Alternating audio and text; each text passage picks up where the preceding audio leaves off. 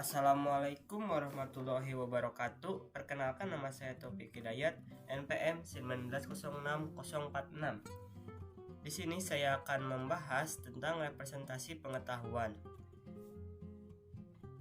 Yang pertama yaitu ada pengertian representasi pengetahuan. Jadi representasi pengetahuan merupakan kombinasi sistem berdasarkan dua elemen, yaitu struktur data dan penafsiran prosedur untuk digunakan pengetahuan dalam menyimpan struktur data. Sedangkan pengetahuan itu sendiri dapat dikategorikan, yaitu diklasifikasikan ke dalam 3 kategori, yaitu yang pertama ada pengetahuan prosedural. Adalah pengetahuan untuk mengetahui bagaimana melakukan sesuatu. Sebagian besar algoritma pemrograman adalah bentuk pengetahuan prosedural karena mengandung informasi bagaimana menjalankan suatu sistem pekerjaan tertentu. Yang kedua yaitu ada pengetahuan deklaratif. Pengetahuan deklaratif adalah pengetahuan untuk mengetahui suatu itu benar atau salah, yang strukturnya tersusun atas fakta dan kaidah. Yang ketiga yaitu ada pengetahuan heuristik, adalah pengetahuan yang berbentuk hierarki. Biasanya pengetahuan heuristik ini digambarkan dalam bentuk diagram pohon pengetahuan. Terus representasi pengetahuan berfungsi sebagai pedoman utama dari dalam pengembang sistem pakar untuk mengambil keputusan dan sebagai pengukur kecerdasan sistem, karena representasi pengetahuan yang lengkap dan mudah dipahami akan membuat sistem yang lebih pintar dan cerdas. Ada 4 cara yang digunakan, yaitu yang pertama kalkulus predikat. Kalkulus predikat ini merupakan cara representasi pengetahuan secara deklaratif. Dalam representasi pengetahuan dengan kalkulus predikat menggunakan simbol yang terdiri dari konstanta, predikat, variabel, dan fungsi. Terus yang kedua yaitu ada bingkai. Bingkai merupakan bentuk representasi pengetahuan yang berupa kumpulan-kumpulan atau slot-slot yang merupakan atribut untuk mendeskripsikan pengetahuannya. Yang ketiga yaitu ada jaringan sematik. Jaringan sematik adalah suatu node representasi pengetahuan dengan menggunakan graf untuk menanyakan node-node atau hubungan dengan node-node yang diwakili objek-objek dan garis penghubung mewakili hubungan antara objek-objek tersebut. Terus yang keempat yaitu ada objek atribut value trees atau OIV, adalah sebuah representasi pengetahuan yang dibagi menjadi 3 bagian. Yang pertama ada objek, yang kedua itu atribut, dan ketiga value. Terus ada hubungan antara pengembang yang dibahas pada sistem pakar dan machine learning.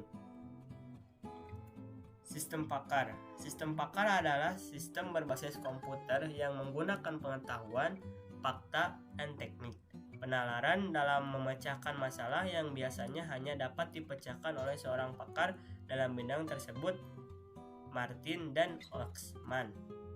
Sistem pakar dikembangkan pertama kali pada tahun 1960 oleh Artificial Intelligence Corporation. General Purpose Problem Solvers atau GPS merupakan hasil suatu penelitian yang didominasi oleh suatu penalaran bahwa pengetahuan yang digabungkan dengan komputer akan menghasilkan presentasi pakar. GPS yang berupa sebuah prosedur yang dikembangkan oleh Alan Nowell, John Claude dan Herbert Simon Shari-Logic Theories, yang merupakan sebuah percobaan untuk menciptakan mesin yang cerdas. Yang selanjutnya yaitu ada keuntungan sistem pakar. Yang ke-1 yaitu memungkinkan orang awam bisa mengerjakan pekerjaan para ahli. Yang kedua yaitu bisa melakukan proses secara berulang secara otomatis. Yang ketiga yaitu menyimpan pengetahuan dalam keahlian para pakar, meningkatkan output dan produktivitas. Yang selanjutnya yaitu ada kelemahan sistem pakar, yaitu pengetahuan yang hendak diambil tidak selalu tersedia. Kepakaran sangat sulit diekstrak dari manusia. Terus ada pendekatan oleh setiap pakar untuk suatu situasi atau problem bisa berbeda-beda meskipun sama-sama benar. Yang keempat yaitu pengguna sistem pakar mempunyai batas kognitif alami sehingga mungkin tidak bisa memanfaatkan sistem secara maksimal. Untuk kesimpulan dari hubungan antara pengetahuan yang dibahas pada sistem pakar dan machine learning yaitu memiliki tujuan yang sama, misalnya dalam hal interpretasi, prediksi, diagnosis, perancangan desain, dan yang lainnya. Dan yang paling sering digunakan yaitu memasukkan informasi penting ke dalam sebuah komputer. Yang selanjutnya, saya akan menceritakan hasil discovery learning pada topik kelima ini. Saya dapat memahami dari representasi pengetahuan, mulai dari pengertiannya, fungsinya, dan apa saja sih yang biasa digunakan dalam representasi pengetahuan. Saya juga dapat membuat kesimpulan dari pembahasan kali ini dan jadi tahu hubungan antara sistem pakar dan machine learning. Untuk selanjutnya, yaitu saya akan menceritakan tentang hasil diskusi kelompok kami, diskusi menggunakan via online atau menggunakan aplikasi Meet karena keterbatasan tempat dan kesibukan masing-masing. Dan sebelum diskusi dimulai, kami merencanakan dulu mau kapan diskusi dimulai dengan berdiskusi di WA Group. Pada diskusi kali ini, ada satu orang yang tidak bisa hadir karena ada urusan mendadak yang tidak bisa ditinggalkan.